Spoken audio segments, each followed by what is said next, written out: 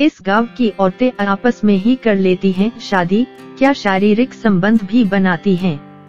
इस समुदाय में महिलाएं एक दूसरे से शादी करती हैं।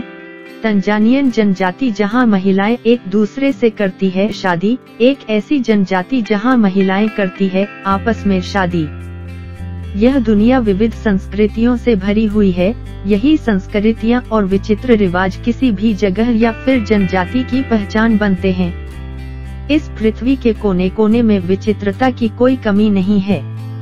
ऐसे में हम आपको एक ऐसे बेहद अजीब जनजातीय रस्म के बारे में बताने जा रहे हैं जो आपको हैरान कर देगी। साथ ही आप यह सोचने पर भी मजबूर हो जाएंगे कि एक जनजाति जो हमारे हिसाब से हमारे तथाकथित सभ्य समाज का हिस्सा नहीं बन सकती है, उनकी सोच भी हमसे कई गुना आगे है। रिपोर्ट्स की माने तो तंजानिया की एक जनजाति का एक अजब रिवाज है जिसके चलते एक महिला दूसरी महिला से शादी करती है। इस जनजाति के लोग पितृसत्ता को हटाने की एवज में ऐसा करते हैं। जो महिलाएं उत्तरी तंजानिया के नयामोंगो गांव के कुरिया जनजाति से जुड़ी होती है, सामान्यतः वो एक दूसरे से शादी करती है। एक महिला का दूसरी महिला से शादी करना यह एक स्थानीय परंपरा के अंतर्गत होता है जिसे न्यूम्बा न्योबू कहा जाता है, जिसका मतलब है महिलाओं का घर। इसके बाद ये महिलाएं उन बच्चों का पालन करती हैं जो उनकी पहली शादी, जो एक मर्द के साथ हुई थी, के बाद पैदा हुए थे। इस जनजाति की महिलाएं सिर्फ बच्चे पैदा करने के लिए किसी मर्द के साथ शारीरिक संबंध बनाती हैं।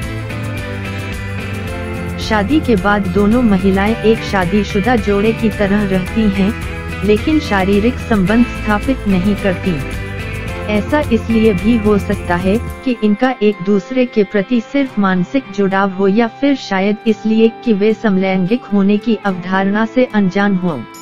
जो महिलाएं युवा हैं, उनके पास किसी भी मर्द को अपना साथी चुनने की आजादी होती है ताकि वो बच्चे को जन्म दे सके।